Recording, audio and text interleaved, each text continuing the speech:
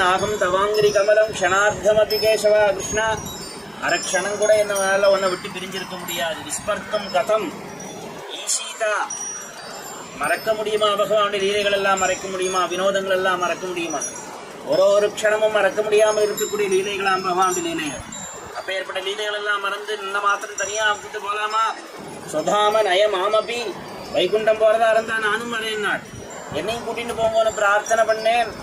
பகவான் எனக்கு தான் உபதேசம் பண்ணாள். பக்தி ஞான விராகங்கள் எல்லாம் உபதேசம் பண்ணாள்.